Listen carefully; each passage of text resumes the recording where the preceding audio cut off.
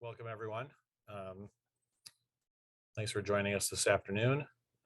Looking forward to our conversation between Josh McPhee, our Christian A. Johnson artist in residence, and A3BC, a collective, graphics collective from Japan, specifically Tokyo. But we'll just wait a few minutes for our audience to assemble, and I will begin my introductions.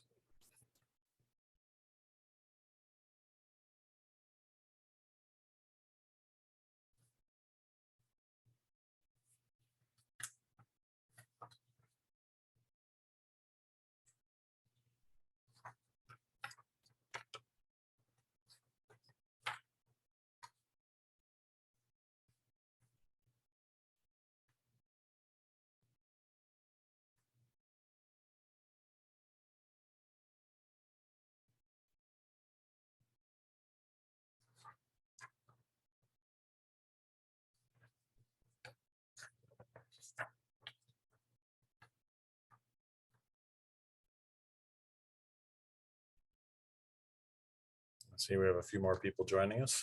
Again, thank you all for joining us this afternoon for our conversation with Josh McPhee around his project Graphic Liberation. Josh is our Kristen A. Johnson Artist in Residence in the Department of Art and Art History for the last 2 academic years. And our guest this evening is our A3BC Graphic Artist Collective from Japan. We'll wait just a few more minutes to see if we get a few more attendees, and then we'll get started.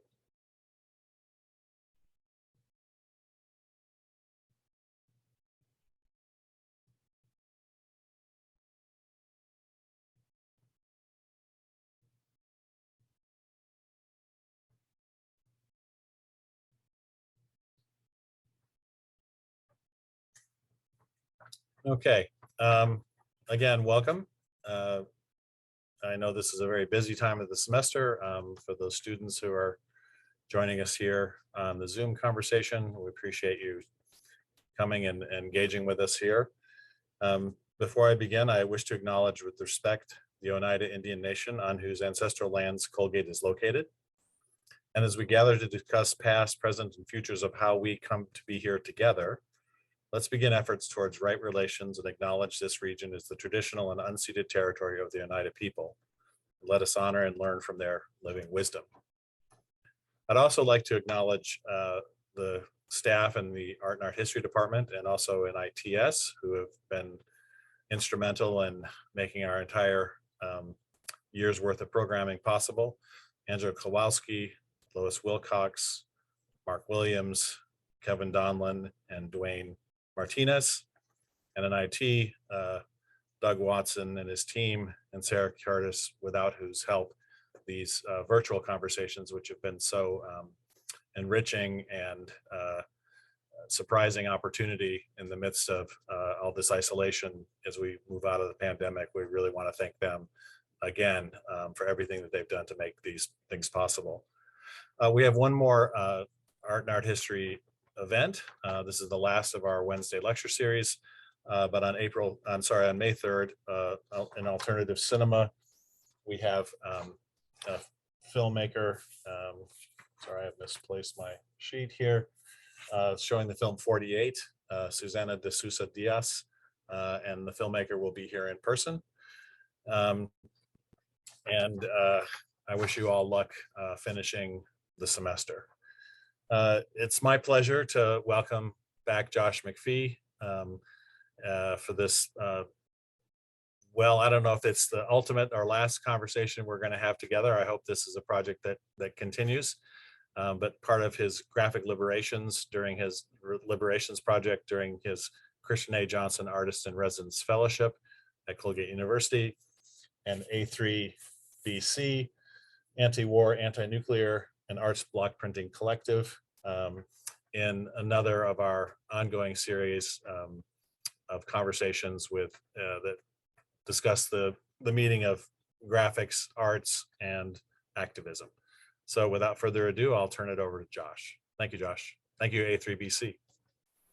Thanks, DeWitt, and thanks to the whole Colgate team. It's been great. 2-year going on 2-year run now, putting these conversations together. This is the 10th conversation in the Graphic Liberation series, and the last one that's been scheduled. Hopefully there'll be a couple more in the fall, but we'll figure that out as we go along, and there'll be announcements about that. I'm really, really excited to have 4 folks here from A3BC joining us from Tokyo, where it's 5:30 in the morning. So I'm extra appreciative. I'm speaking to you from Brooklyn, New York, which is Lenape Canarsie land. And the way that these conversations generally go is that I'm going to share my screen, and we're going to go through a series of 4 images in which A3BC will talk about a little bit, a minute or so about each image to give us a visual grounding in their work. And then I'll take the screen share off, and then we'll have a conversation. Rather than giving like a very formal introduction to who and what they do, which generally, at least for me, it tends to go in one ear and out the other, we'll sort that out as we talk. So we'll get into, you know, where A3BC came from, when they were founded, how they're organized. So all that will come out in conversation.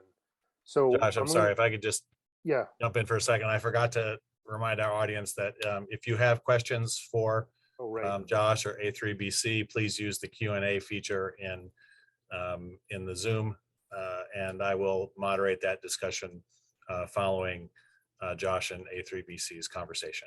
Thanks. yes, it'd be great to have people join in the discussion.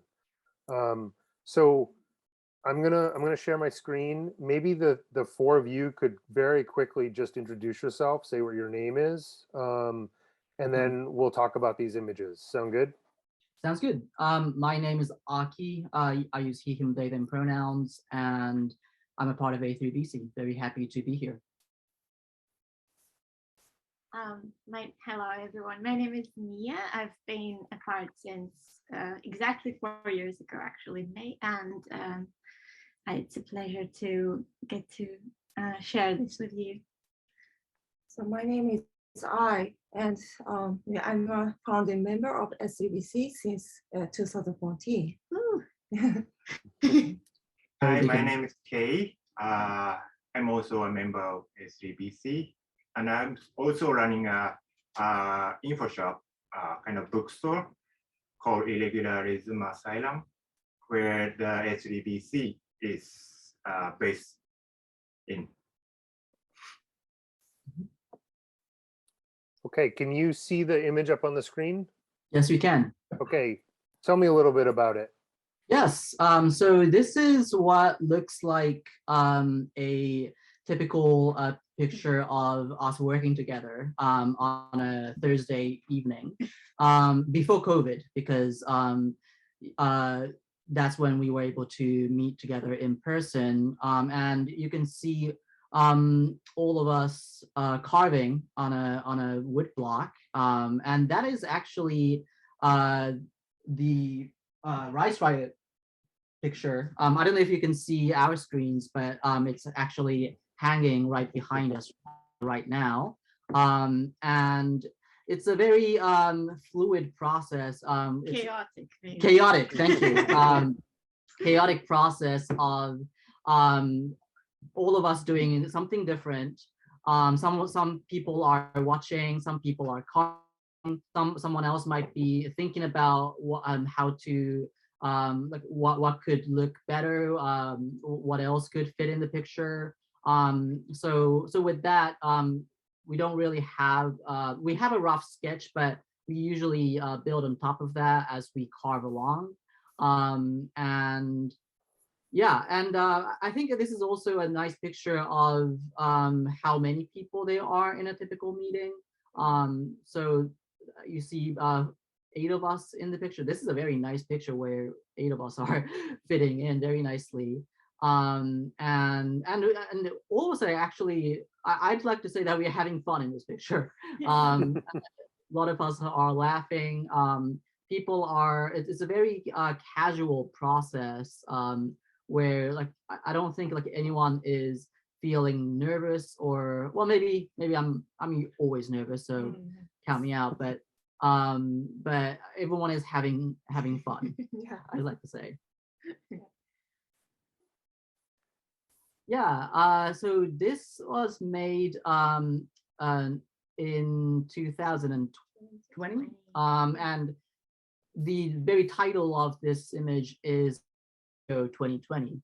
Some of you might recognize some motifs in the picture, but a lot of that is referring to the Tokyo Olympics that happened 2 years ago. Oh, I'm sorry, last year because it was delayed. But it was scheduled to be on in 2020. Right in the center, you see two humanoid figures standing. A lot of things, and the idea that we had for this image were that these were two magicians who were trying to make everything that had to do with Olympics disappear, because that would be the inconvenient truth, so to speak. Maybe we should also mention that just the Olympic Games that were supposed to be in 2020 in Japan were surrounded with many controversies and scandals and a lot of shady things like this, and so a lot of resentment towards the thing was really building up. And this first one, I think that we did the sketch we made up the sketch emails and Zoom meetings and stuff like this. And also we made it for the exhibition in Kuala Lumpur in 2020, I guess. Right. Yeah. Right. Yeah, because there was an exhibition to show many art collectives in East Asia and Southeast Asia, like Taipei, Hong Kong, and Japan, and China, and also Malaysia and Indonesia. Right. It was a group exhibit, and the idea that we had was that because the Tokyo Olympics are happening, and we are using a lot of the natural resources taken from other Southeast Asia, we wanted to give voice to the statement that we wanted to make about the Olympics that was happening in our land. And this is on fabric, and it looks like it's quite big. Yeah. Yes. Oh, I guess we don't. Yeah, it's the same size as the images behind us. Oh, I guess Riot. Yeah. Okay, Rice Riot. So yes, you might see. Well, I mean, I think you can see the 1918 year number in the picture. We made this in 2019.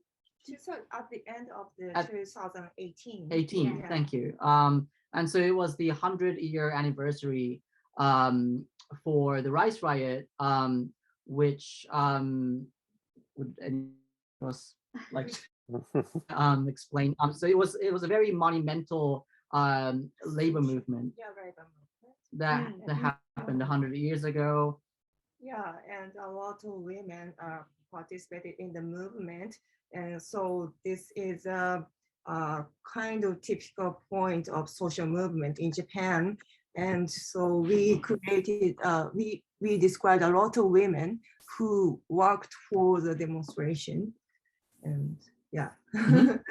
And also there was a description about Rice Riot, the bottom of the poster.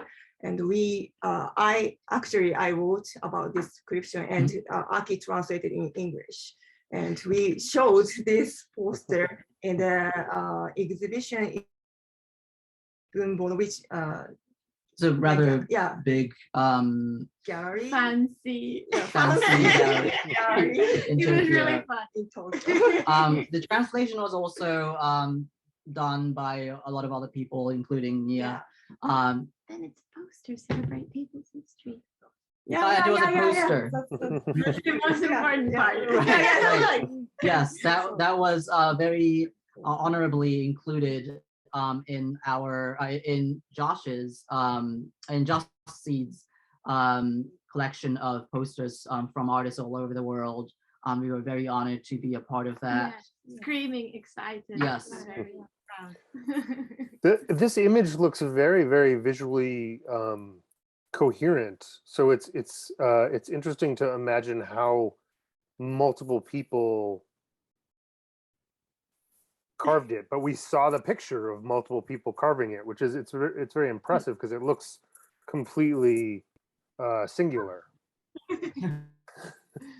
Thank you. You know, you hear people, you hear artists all the time say that it's, you know, it's not possible for, you know, a group of artists to draw a picture together, that, you know, one person has to draw it and another person has to do, you know, people can work together, but they can't do the same thing. But here you're clearly proving that that's not necessarily true. Thank you. My goodness. Yeah, I think it's a very good, successful case of all of our talents and skills coming together very nicely. Well, I'm very serious because the font in the very bottom, that all of that is hand carved. Yes, like that was, well, like the rough sketch was the font on the rough sketch was typed, but in the actual block print, people there's someone who's really carving very detailed objects, and so Hiro-san, he did a lot of that. But so yeah, that's one person with a very unique skill, using his talent, and I think all of us, I think there's a lot of historical research that went in. Actually, Nia-san borrows books around this time from the university, and we also refer of patterns of clothes or something, the items in the social movement. And so we referred a lot of historical things. Also want to add that, I don't know, I don't want to speak for everyone, but I feel like the visual coherency is a little bit of a worry, and it's really nice to hear that. I was a little bit surprised, but I also want to say that there's just something about woodcut that makes it just ultimately easier when you actually print it out. It kind of ends up working, really, no matter how chaotic the process was. And we're always so delighted, impressed. I'm not sure while carving, and then you print and you're like, oh, congratulations, another masterpiece. I was just joking, but there's a thing about the technique as well. And then here's the last image. Yes, this is called Severance. It's the most, well, I think it's one of the most recent pictures that we made, and yes, it's also and that reflects a very post-COVID world, and we wanted to describe express a lot of our sentiments about what COVID did and how big corporations manipulated our plights. So in the image you see very big skyscrapers in the background, looming over, shadowing over the very depressed looking alleyway, where there's a lot of closed businesses. There are some rats, mice that are thriving in the streets, surviving. But you see that a lot of us are severed, and the lightning-like severance in the very center. We didn't really intend it to be a literal lightning, but more of a crack. Thank you. That we felt was going on in a society. Yeah, because during the COVID pandemic, we have a lot of different opinions to the society, and how, whether we should have a vaccination or wearing masks. So kind of desperation between us. So even within the friends. Yes, but yeah, it also affected our relationships, and yeah, we wanted to express the difficulties with them. It's interesting. I think that for me, at least, it's hard to not see the center line as lightning, because it goes right through this sort of what looks like a government capitol building. And so whether intentional or not, it's like a very clear reference to the famous Bad Brains record cover of the lightning bolt hitting the US Capitol, that like anyone who's involved in punk rock would or had a history in that would see. So to me, it's like, oh, it feels like it's a reference to that, whether intentional or not. Because one of the great things about images is that the meanings pile up, and you can't necessarily control them all. I'm gonna stop the sharing, and then we'll just be us sitting here hanging out. And so I think that was a great introduction to your work. And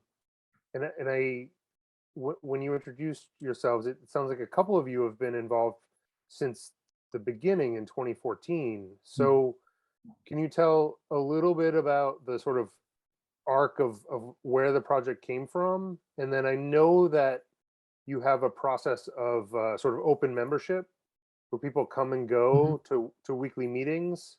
But how does that, like, that's one thing in theory, and then it's a different thing in practice. So how does that actually work? And then we'll get to we'll do that first, and then we'll go from there. I don't want to load you up with too many questions. So A3BC was officially founded in August 2014, and we conducted several workshops. And then the founding members, including me and Kei-san and others, decided to start a regular meeting of woodcut printing. And after the Great East earthquakes in 2011, many social movements arose in Japan, and such as anti-nuclear power plant, and also a large demonstration against national registration, and also protest against U.S. military base in Okinawa. And so the founding members were hired by woodcut practice in Southeast Asia, such as Tarim Party in Indonesia, Yogyakarta, and also Marginal from Jakarta, and also Punk Rock Surat from Malaysia. And so, yeah, and we decided to focus on anti-war and anti-nuclear in the beginning. Then maybe recent 4 or 5 years, we now stand for many other social issues, such as environmental issues or genders or more poverty and etc. Yeah, and Josh, you also asked the question of how does the open membership system work? I'd like to say that there's not much of a technical to it. I think a lot of us who keep being interested in the collaborative work keep coming to our meetings, and I think a necessary part of that is that people come in and go, and I guess there's no restrictions like how many meetings you gotta come, or how long you gotta stay in these meetings. I think that relieves people of the pressure to basically do things like work. I don't feel like I'm going to a Thursday meeting, and our meetings happen Thursdays. I don't feel like I would come to a meeting thinking that it's an so I think that makes it a very relaxed atmosphere. And I think recently with happening, because we were not able to meet in person, I think yeah, some of us just wanted to do something, even with all of us having to quarantine in our own homes. I think yeah, a lot of passionate folks yeah, reached out to the rest of us online. We have a mail listserv, and we had a project called Woodblock Quarantine, where basically each of us would make individual works and hashtag it with the phrase Woodblock Quarantine.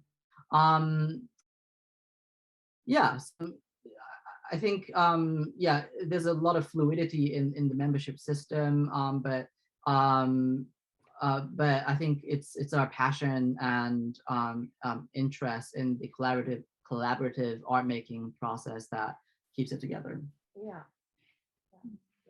So maybe we are not interested in any hierarchical system, and we value kind of DIY culture. Yeah, that's important for us. Yeah. And I think that's possible maybe because we're amateurs in terms of our techniques. Somebody of course has some good at, but there's really almost, we can say, no particular person that always is responsible for this thing. So if they don't show up, then it's not going to get done. So it kind of lifts the maybe pressure of really showing up when you're involved, even though we do because we want to. So basically, if somebody is really good and they don't come, it's gonna, and maybe, you know, it's gonna be kind of a little bit shaky, but it will get done anyway, and there's no pressure. And some participants enjoy chatting by working. Yeah, so, and just enjoy potluck. I mean, this gets into something else I was really interested in is just because you're not hierarchical doesn't mean there isn't conflict. And that, like, a lot of people use hierarchy as a way to resolve conflict. So if you're higher up on the hierarchy, then you're the one who gets to decide. So without hierarchy, how does conflict get negotiated when difference of opinion, strong kind of ideas about politics within an image, or maybe that doesn't come up that much, and it's collaborative enough that people just sort of weave in and out. I mean, I'll let you. Yeah, I think, well, for me personally, I like to think that we are collaborative enough, but also friendly enough with each other that like, even if we feel somewhat of a disconnect with one of our ideas, we would be able to consult with another member of the collective, and then together, like, we think that it's best to bring it back to the collective and revisit the idea, the question of whether the idea that was put forth first really works. So I think that there is a respect and a friendship between us where we feel comfortable expressing our disconnects or disagreements with something that is going on. And I guess also, to speak to that, the meetings aren't really structured either. When some of us have a very sentimental thing to say about something that is going on, then I think the group be used to process that, to navigate how we could address it. So I think we are. It's not always business, as you might have figured out. It's also there's also a lot of space for the difficulties and disagreements. I think maybe because also no ambitions of making it big in the art world or money is involved. It's it kind of, the stakes really are just our relationship. So if you're to kind of compromise the relationship. That's basically the most valuable thing that we have going. So that's what's going to happen. And I do, but maybe some people have been, distancing themselves for a period of time kind of naturally, and then coming back and leaving again. So sort of thing also happen, I think. Yeah, and I think maybe the regular have very strong opinion to create good works, because we have a lot of discussion every time. Yeah, that's why if some opinion, we just hear and maybe it's the best solution. It's a lot of talking. Yes, right. Yeah. And there's been some pieces didn't come into fruition because we didn't come to an agreement. Didn't do a good, coherent rough sketch or vague image of what the art was going to look like. So yeah, some projects we really moved forward with because we couldn't come together on. I mean, Mia, you mentioned like amateurness. Like, is no one involved working as an artist in a different context, or do people who see themselves as kind of capital A artists, do they come to meetings, and how does that play out? Because I mean, this is a tension that really exists here. I think in the U.S. is there's a strong ego and identity connected to being an artist, and it makes it often quite hard to collaborate. Yeah, at the beginning there are several kind of artists from fine art field, but they just went out from and because they have a different and yeah. Oh, I didn't know that. Yeah.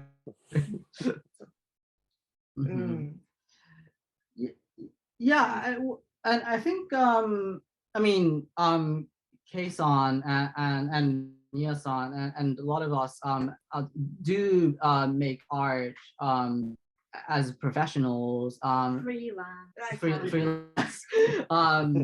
professionals. So I don't think we would abandon the artist identity, but I think that I think and making putting forth our ideas, I think a lot of us are interested in collaborating and making a group picture, group project than like a hierarchical process of someone like imposing their ideas on others. How does money function in the system? Like, do you sell work to pay for supplies? Like, how do you negotiate expenses, and is the work for sale, and how do you decide how to do that?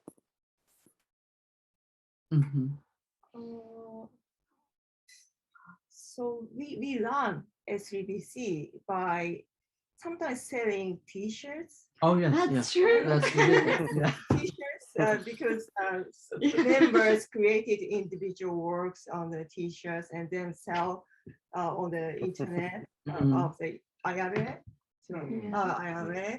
And also sometimes we join the exhibition and talk event and organize a workshop, and there was little donation from the institution. Oh, donation from institution? No. Yeah, maybe. Right. Yeah. Right. I mean, I think that the times like the T-shirt project where each of us made prints for T-shirts and to sell basically. Right. We would fundraise in that way. Other times, I think we are commissioned, and the work comes to us. Yeah, that was my snobbiness was a joke.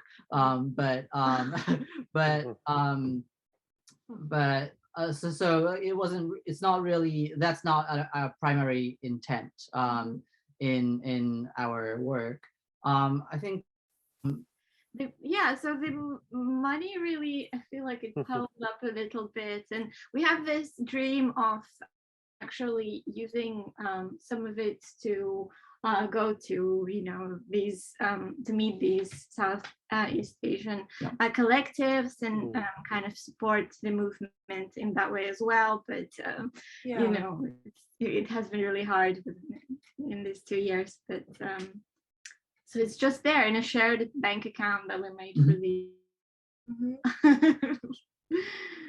And how do you, I mean, maybe this isn't that important a question, but it is like, as you can tell, I'm in some ways I'm less interested in the object of the art and more interested in the social process. And so, and what it means to work together and different aspects of that. And part of that is, working collaboratively with people. Like, how do you, so say you did take that trip and you went to Yogyakarta and you went to Malaysia, and who gets to go?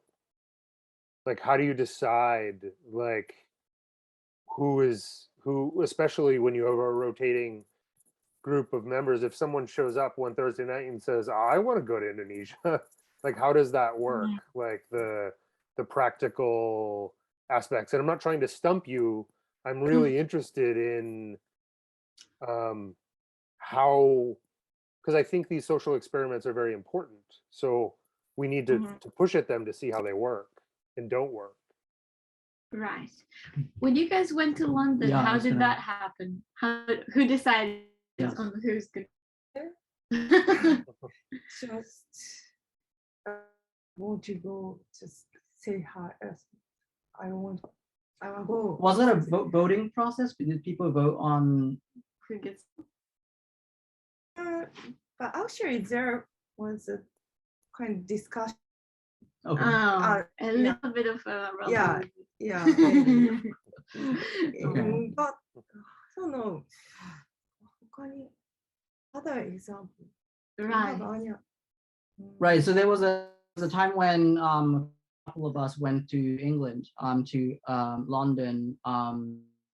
Was an invitation by the company Lush, and so 3 of us went, and we were just talking about that involved discussion, which wasn't the smoothest process. I not there.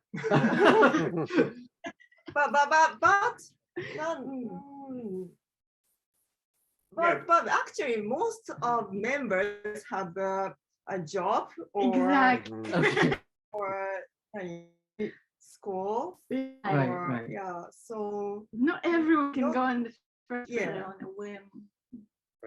Right. I think in the end, I mean, my impression is that with the London trip, like people, it wasn't like we voted on who's the, I don't know, like the best most members of the group, but I think people who wanted to go went. Did you want to say something? Okay. I know that Kay and Irregular Rhythm, Asylum, and then I've read a little bit that Crass and the sort of origins of do-it-yourself punk culture are important, or have been important to A3BC, and I'm bringing that up because I'm really interested in who owns these images after you make them.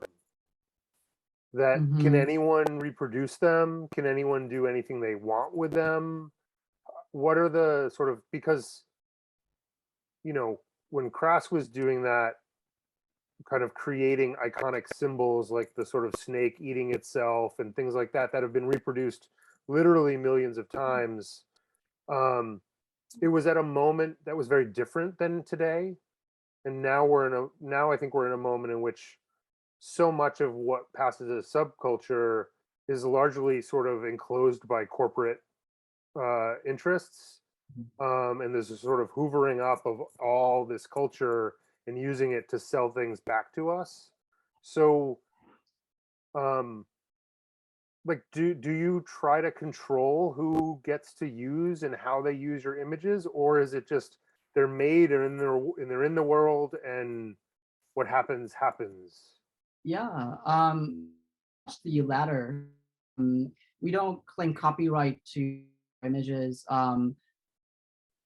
We don't really attach individual human names to any of our work. All of our work is made by A3BC as we like to make it. And I think we just never had to deal with the problem of copyright and ownership, because I think a part of that is because we weren't really interested in making it big in the art world. It wasn't about putting it in a gallery or a magazine. It wasn't about selling it. And so, I mean, I think our general stance is that if people like to use our work to make another piece of artwork, people can, unless it's something that's horrible or well, but there's no way controlling if it's Right. horrible. We're not gonna. I don't think we're gonna sue or pursue anything to really stop it, and we cannot really.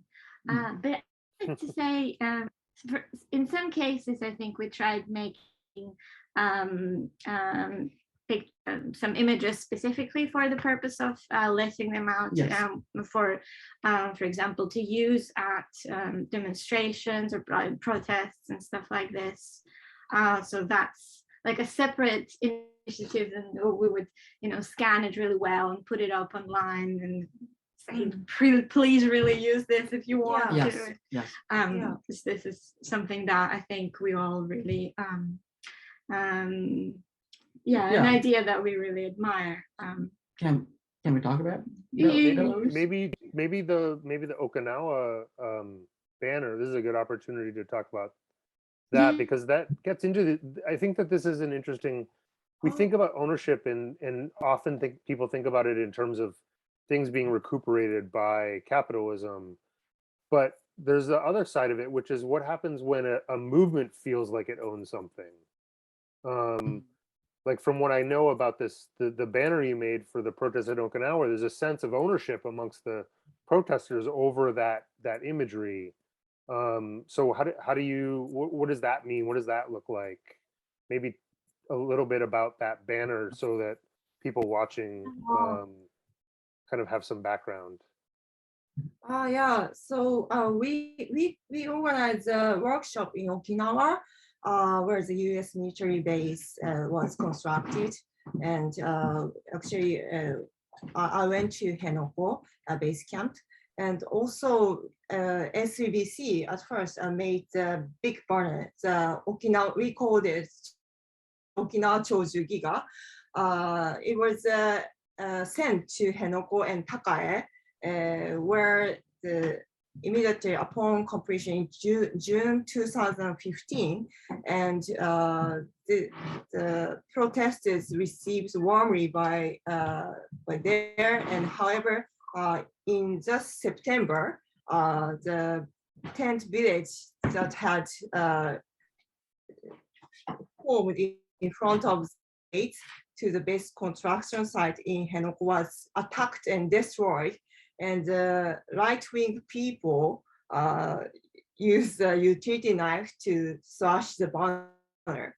And the protesters sewing up again and uplifting on the tent again. And they sent to and actually we printed the new banner and sent to Henoko and Takai again. And sent the slashed banner to us, and we exhibit the in Henoko in the Marquis Peace Museum to show there was an accident by the right-wing people in the, and also the protesters in the Okinawa show the new banner to against the right-wing people in Japan. So even in Japan, Okinawa, there was a lot of different political opinions and people, but actually we support who were suffered from that kind of destruction of the environment in local areas and support that kind. So yeah, so there's a lot of people protesting against the destruction of the land in Okinawa. Yeah. And so the people who we sent that out, but that was destroyed. But then we gave them a new piece of that's true. And also in 2015 or 16, I forgot the actual time, but Lizzo Leon, who is a member of punk rock syrup in Malaysia, he came to Japan, and we invited him to go to Okinawa together.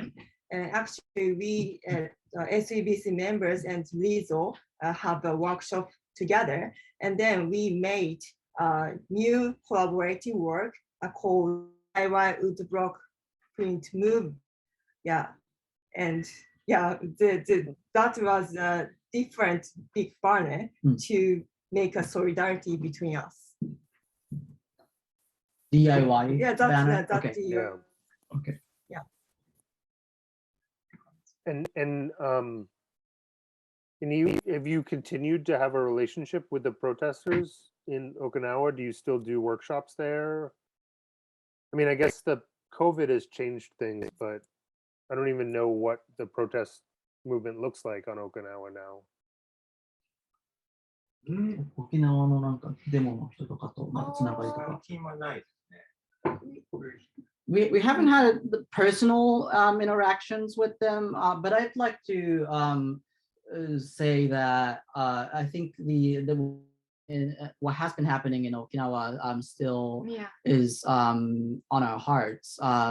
We had a protest of our own, I think 2019, where it would happen in A3BC. The collective went to the biggest station in Japan, and we kind of like made a makeshift banner with paint and walked around. So we haven't had personal interactions with the folks who are protesting in Okinawa, but we were expressing our solidarity with them. Yeah. And also, I think after the workshop in Okinawa, we had also workshop in Tokyo again to collaborate with protesters in Tokyo. So we had a workshop and a performance in different sites. The anti-nuclear one? No, actually, Takae. Oh, okay. Another base. Another base. Related.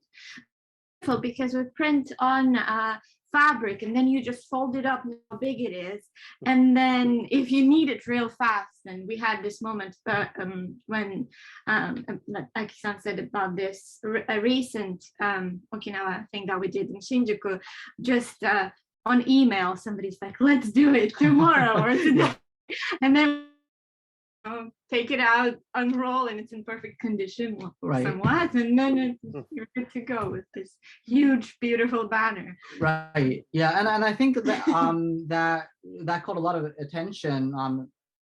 People who are just walking around. It looks different from a typical political act in the streets. Usually there's someone with like a megaphone just kind of like doing a speech, but with what we did, we were like made on the streets. And I think just were interested in what we were doing apart, perhaps like apart from like the political message, people were just interested in, or what are they making, and got people's attention that way. I mean, I think that I'm gonna ask one last question, and then there's Kevin has a question from the audience. So let me just ask one thing, and then we'll go to Kevin's question, and then hopefully someone else, maybe, or a couple people will have some other thoughts, and then we're getting close to time. So I'm really interested when people who make protest posters and protest prints here in the US, they generally think about doing that with screen printing, or maybe with like spray paint stencil, but you've chosen relief printing or block printing, which is very much predates screen printing as a political tool, but that's not something that is very common, at least within the world that I exist in. Most people think maybe like May 1968 in France, one color screen prints, like that's where political posters came from.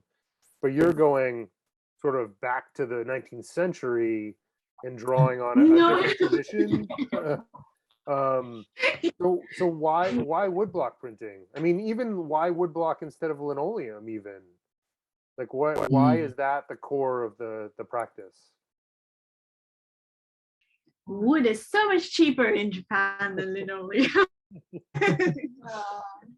And yeah, actually, we because A3BC was inspired by the Southeast Asian art collectives who use the woodcut. Yeah. And their works is really cool and and it's alive on the street.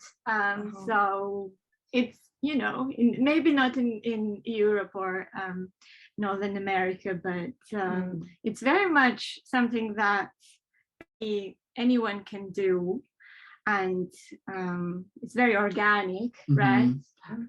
Isn't there something about woodblock that's very unique to the woodblock printing history in Japan too, where there's been a back and forth between two sides when it comes to block printing in Japan, and sometimes like the elites make very posh art with printmaking, fine art. But there's and then there's a reaction from the common folks, and so there's always been like a cycle of fine art and protest art or folk art. Well, I mean, was there block printing that came out of the student movement in the 1970s? Was that part of the sort of more like last 50 year post-war protest movements in Japan?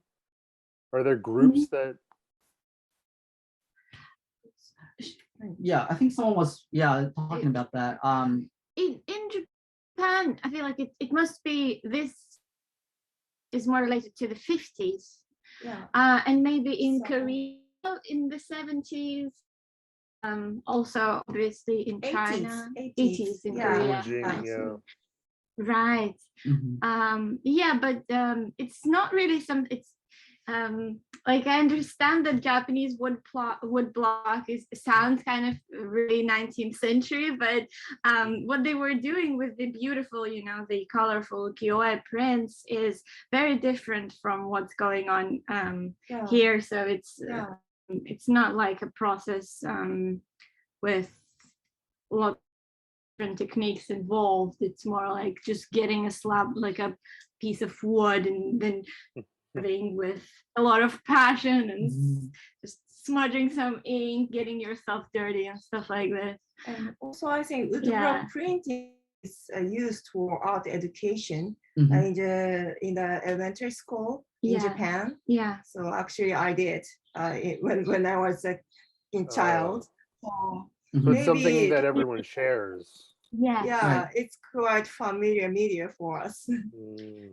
And obviously, lots of this history, starting with China in the 30s, Yeah. explicit connection with different protest movements and sending prints to each other to support each other, and just really throwing together something really quickly so we can take it out on the street. I think it's right. The screen, what's it called? Silk screen. This screen printing is not so democratic. I feel like a little like the starting cost. You actually, that's my It's more impression. difficult. It is, isn't it? Only some people know how to make it. I mean, a lot of people can learn, but Yeah. And then the size is a tricky thing as well. Yeah. If you want to make something big, so big recommendation if anyone watching is if trying to do something like this, do it on fabric, and also email us with what you did. It's like a YouTube channel. Yeah. Kevin has a question, or is a bunch of questions, but one of them is one that is something that I think we haven't talked about, but I know is a big part of your practice, at least pre-COVID. Maybe talk a little bit about food. Oh, Food. great question. Yes. Would you like to speak to that? No, it's Okay. okay. Yeah. So pre-COVID, I think one of our part of our culture was this dinner routine called makanai, which in Japanese refers to when folks who work in restaurants, when they get their own meals. And so basically a potluck where people can, like one person could volunteer to make the evening, or sometimes it is much more of a collaborative potluck where people bring in their own foods, and we just take a break from work and then eat and and get to know each other better, drink beer, yes. The good old days.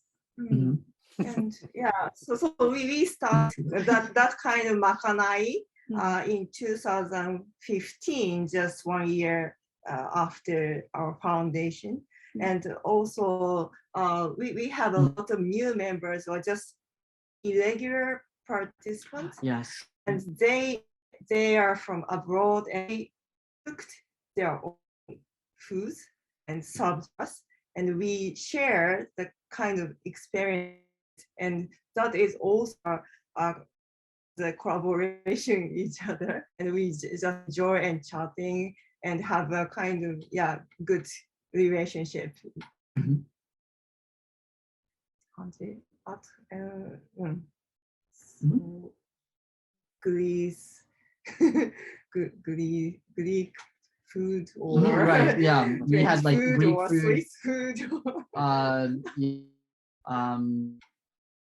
Some people just bring in such good food, and we benefited a lot from that. Yeah, and like you were saying, food from all over the world, because we have many guests from all over the world, and people stay here. Some folks from abroad stay here for like 2 weeks, so they come twice or 3 times during their visit, and on their visit, as a parting gift, I guess, they sometimes make food from their own culture, and have a farewell. Yeah. Sounds great. How are we doing on time, DeWitt? We're okay. We have a few more minutes for some more questions. So I'm curious. I mean, as I said before we started the webinar, I've lived in Japan for about 2 years altogether at different moments, and the graphics tradition in Japan is very strong, right? The kind of the way in which having a pictorial language the manga ukiyo-e, right? But looking at your prints, they do resemble more to the woodblock prints from China in the 1930s. And interestingly, Colgate has a very strong collection of woodblock prints from China. Yes, it's a professor who traveled to China and befriended some artists. So it's one of our sort of one of these sort of unusual gifts. So I've had to see them, but it's interesting to see, because I see in your work both that influence, but also a kind of a Japanese kind of influence, for a pictorial and Chinese kind of pictorial construction. It's interesting to see the two of those things together. So, I mean, are there other, in terms of historical precedents, are there other artists that this is one of our questions here, or maybe are there other artist collectives that were Japanese that you are, that are a model for the kind of work that you do? Yeah, I think in terms of other Japanese collectives, currently we just don't know it. A lot of other collectives in Japan. Do you mean art collectives? Block print collectives. Block print collectives in Japan. I'm not sure, but right. Do they? No, but what about historical? Right. Influences? Right. Yeah. So or something like a High Red Center, or some of the Japanese Dada, or are those? I mean, they were very much using sort of high culture, in a performative way that was very political. I mean, do you see a relationship between those practices and what you all do?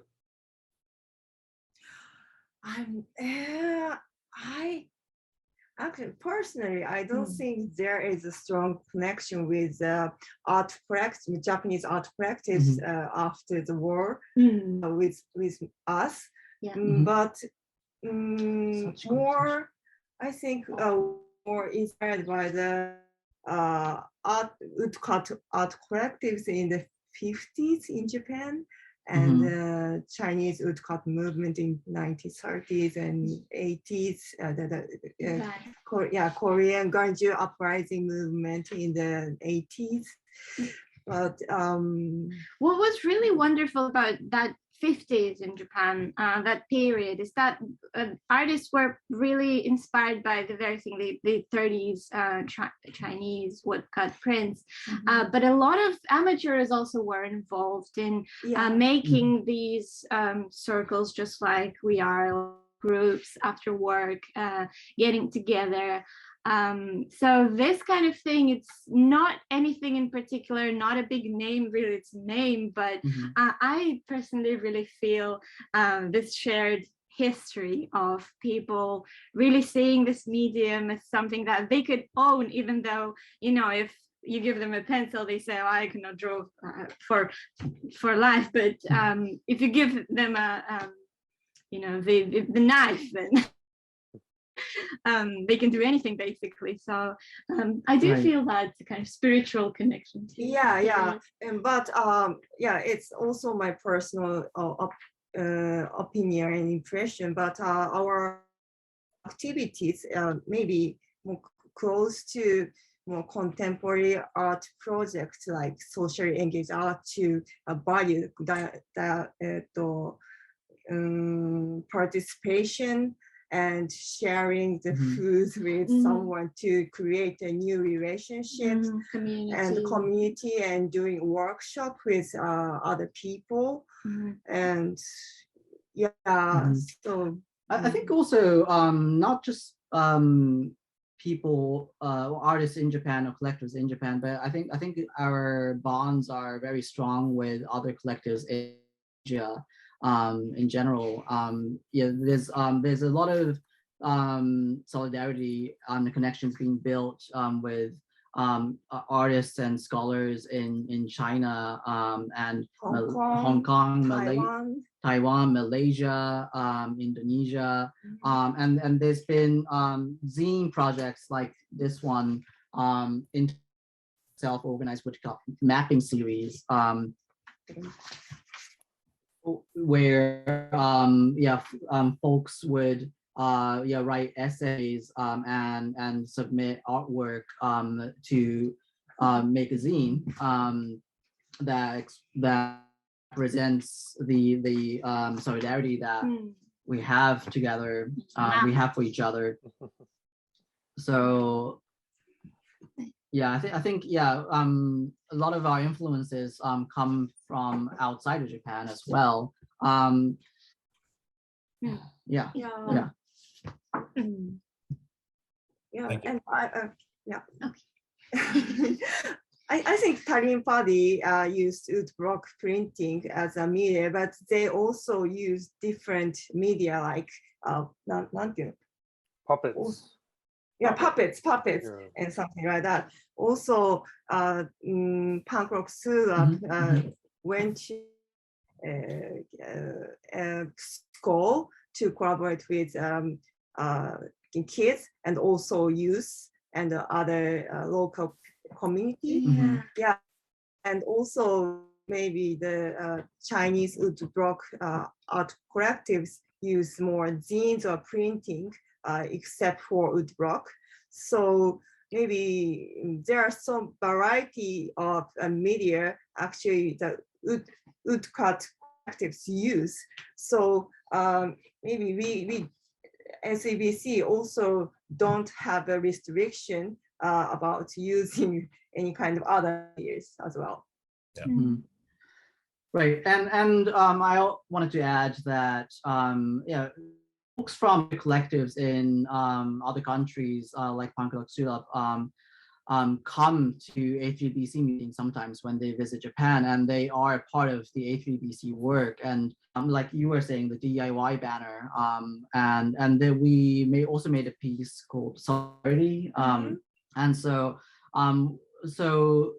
yeah, we are influenced by other collectives in Asia because other members from other collectives to our meetings and with us in our artwork. So yeah, there's a direct, very direct connection and influence there as well. Yeah. Thank you.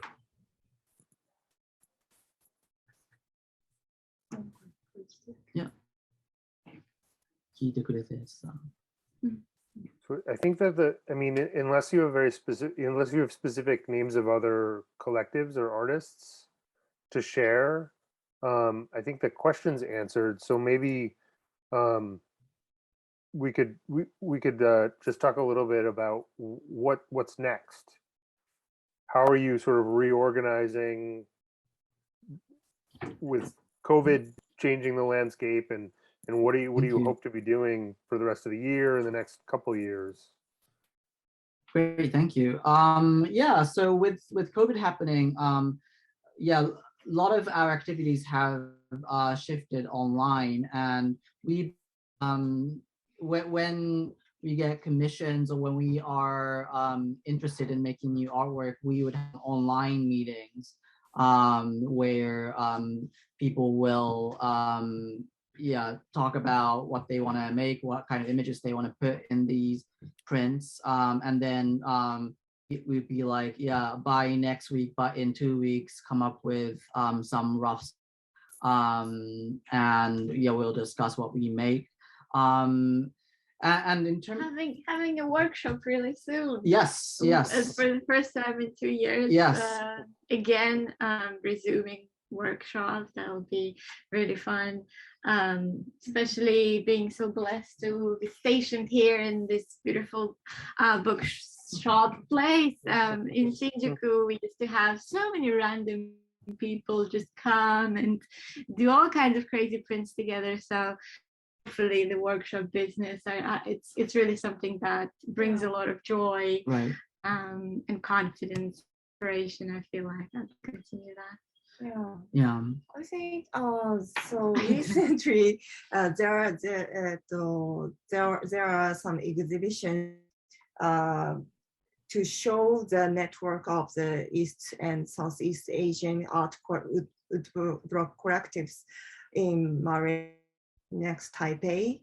And actually we don't concrete plan at the moment, but I hope to have that kind of exhibition to show the network transnational Southeast and East Asian outdoor practice in Japan as well. Yeah, and workshops. Right. Right. So a sort of combination of the exhibition so people can see the work, but also the social aspect so people will come together and make things as well. Yeah. Yeah, that sounds great. And the exhibit is happening. I don't know if any of the listeners or the viewers are in Japan, but just to advertise, there's going to be an exhibit in Tokyo University of the Arts from May 1st to May 10th, and we'll be having a workshop, which is the first in so many years, on the 8th of May. Yeah. Great. I hope that goes well. Yeah, congratulations. Yeah. Well, I think that about brings us to time. I want to thank you again for joining us and telling us about your work and your practice. Josh, thank you very much.